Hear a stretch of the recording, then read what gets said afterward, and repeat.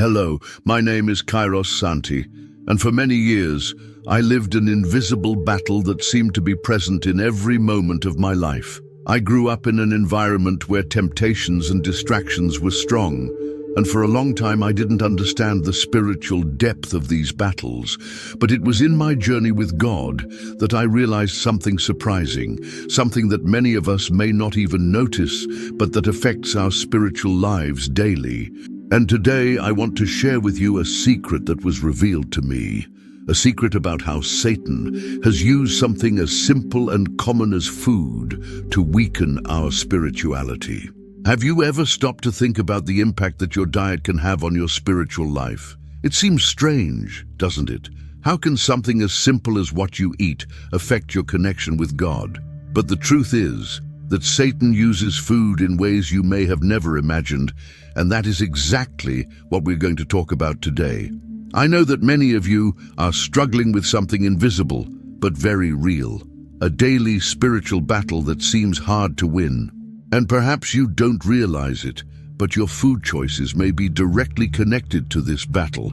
Have you ever felt spiritually worn out, with no strength to pray, unable to feel God's presence? I've been through that, and the big revelation was that many times the key to overcoming this struggle lies in how we feed ourselves. So, in today's video, we will explore 3 powerful and subtle ways that Satan uses food to weaken your spirituality. Don't be fooled. These tactics may be in your everyday life, and by recognizing them, you can regain control over your spiritual life. The first way Satan uses food to attack our spirituality is through spiritual anesthesia. And I want you to think about this for a moment. When was the last time you felt the fire of God's presence so intensely that nothing else mattered? I'm not talking about a quick prayer moment or a brief feeling of gratitude, but an insatiable hunger for Him, a thirst so deep that your soul cries out for His presence. But before we continue, I want to take a moment to ask you to join this community. If you're watching this, it means you're searching for answers, and that's exactly why I want you to subscribe now. Make sure you turn on the notifications so you never miss any of our exclusive videos. Also, hit that like button and drop a comment letting me know where you're watching from. I love hearing from people all over the world. But now I ask you, if this hasn't been happening with you, if your spirituality seems dimmed, what is stopping you from feeling this connection with God? Satan, in a clever way, uses food to make us spiritually insensitive. And many times, it's not because of something openly evil, but because of the food choices we make thoughtlessly.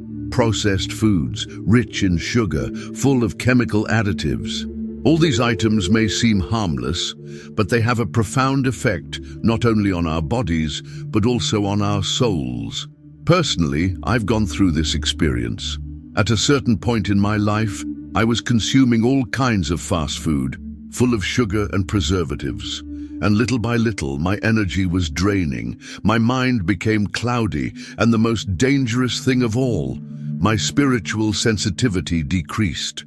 Have you ever noticed how, after eating foods full of sugar and artificial substances, you feel tired, without energy, and with a foggy mind?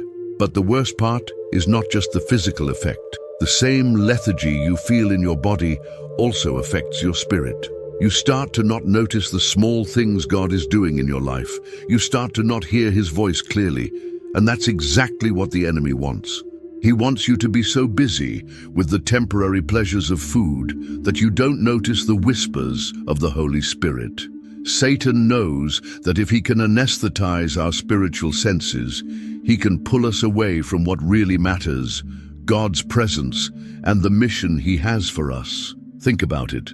When you're in an out-of-control diet, full of momentary indulgences, your spirit becomes numb, and you lose your perception of spiritual things.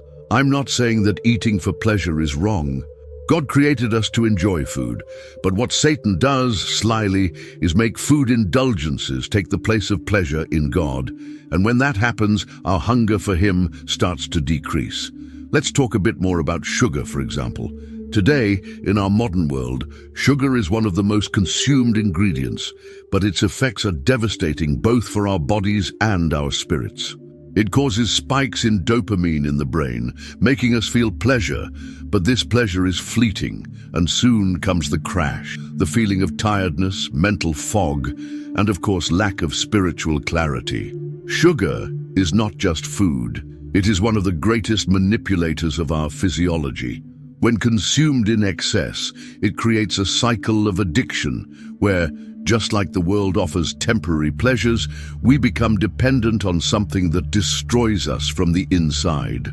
And the worst part is that the effect on the body can be visible and quick. You feel a burst of energy that soon turns into deep fatigue, and that reflects in our spiritual life too. In the Bible, in 1 Corinthians 6:19-20, we read, "Do you not know that your body is a temple of the Holy Spirit who is in you, whom you have from God, and that you are not your own? You were bought with a price. Therefore glorify God in your body and in your spirit, which are God's." Indeed, when we become aware that our bodies are temples of the Spirit, we must have a spiritual responsibility for what we put in them. And often, sugar and other processed foods are like a drug for the soul, numbing our spiritual sensitivity and distancing us from God's presence.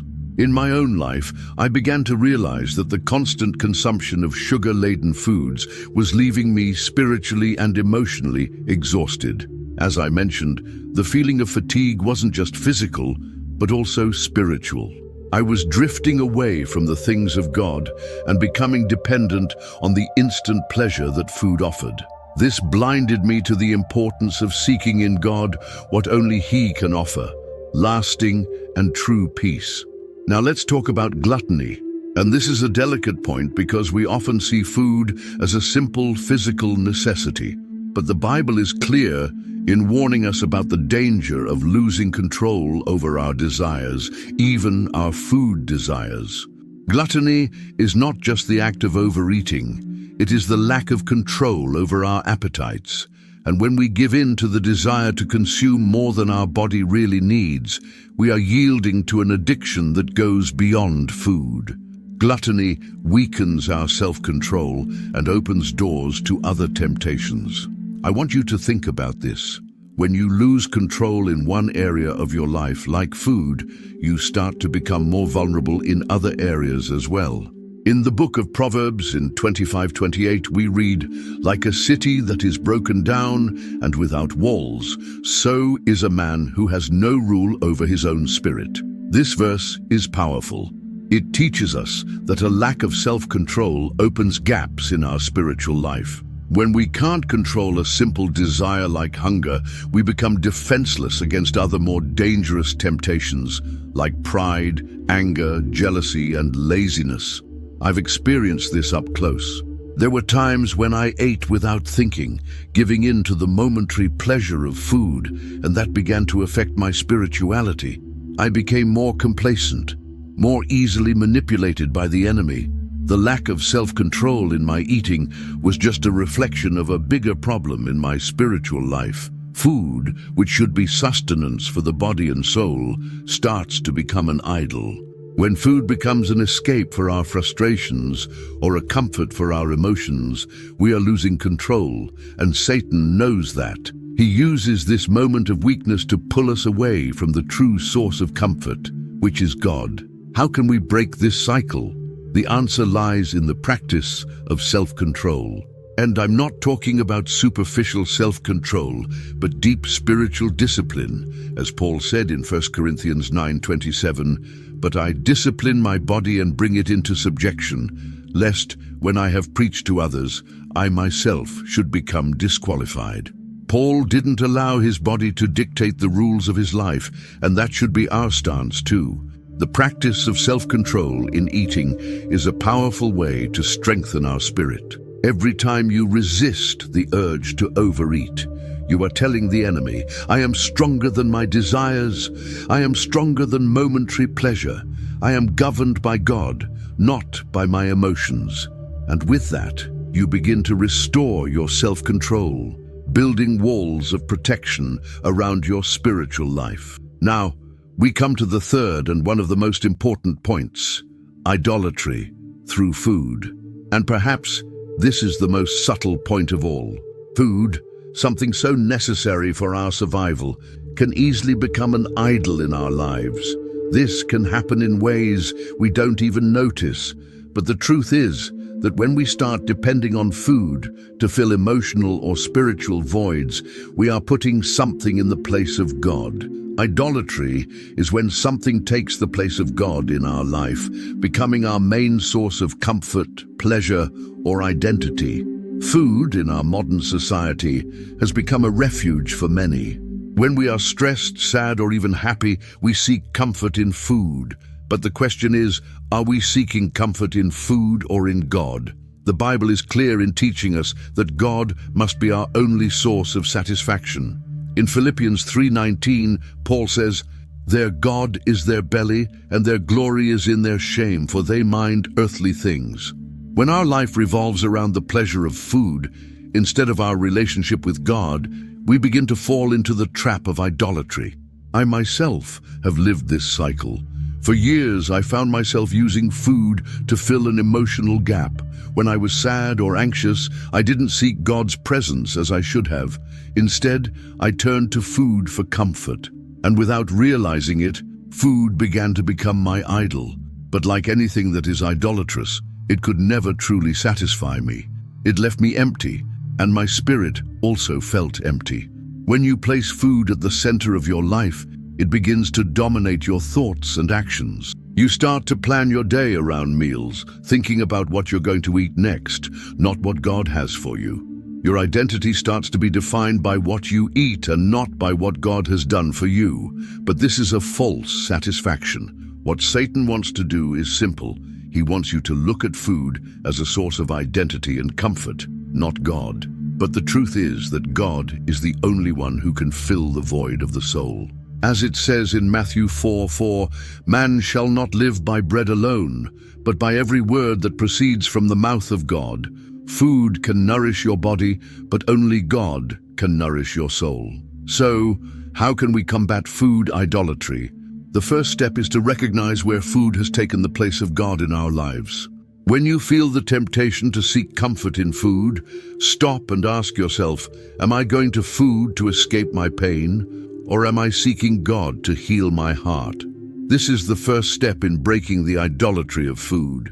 In addition, we can ask God to help us put food in its proper place.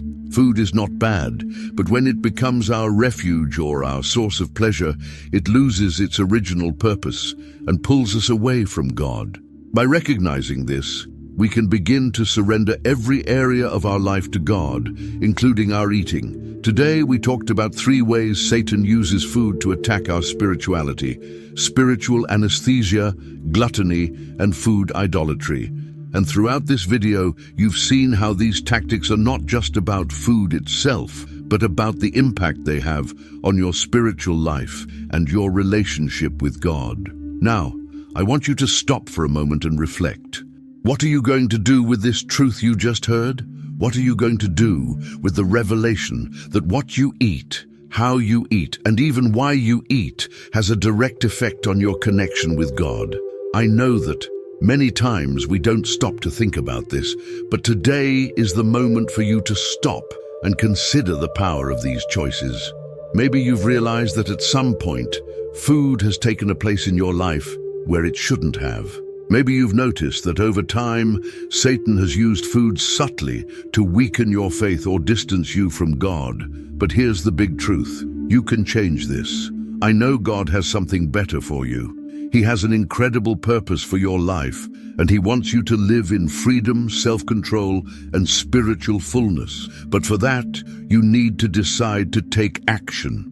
We need to stop giving in to the temptations that pull us away from God and start making conscious choices that honor the body as the temple of the Holy Spirit. Today, you've learned how Satan uses food to attack our spirituality, whether through spiritual anesthesia, gluttony, or food idolatry.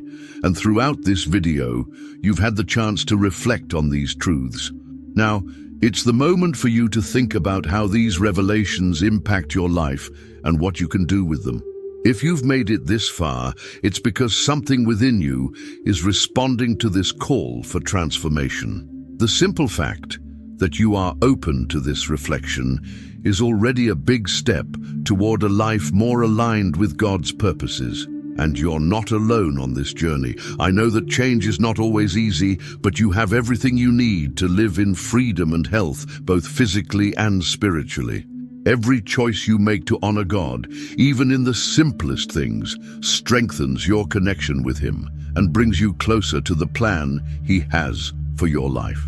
Now, if you feel moved by this message, I want to invite you to be part of this community. Here, we are all walking together, seeking daily growth in faith, facing challenges, and learning to live more fully. We have new videos every day, so we can together continue to grow in faith, strength, and discipline, and face each challenge with courage. If you want to be with us on this journey, subscribe to the channel. This way, you'll receive daily updates and will never be alone in your challenges. We all need each other, and here you'll find support, encouragement, and continuous learning. If you believe this message can transform your life, like this video and share it with someone you know, will also be touched by it. God has great plans for you, and by taking this step, you are joining a community of people who, just like you, are seeking to live in His presence. So don't rush. We are together on this journey, and each day is an opportunity to grow stronger. I'll see you in the next video, and remember, God is with you in every moment, guiding your walk and strengthening you. Rest assured, He is always by your side.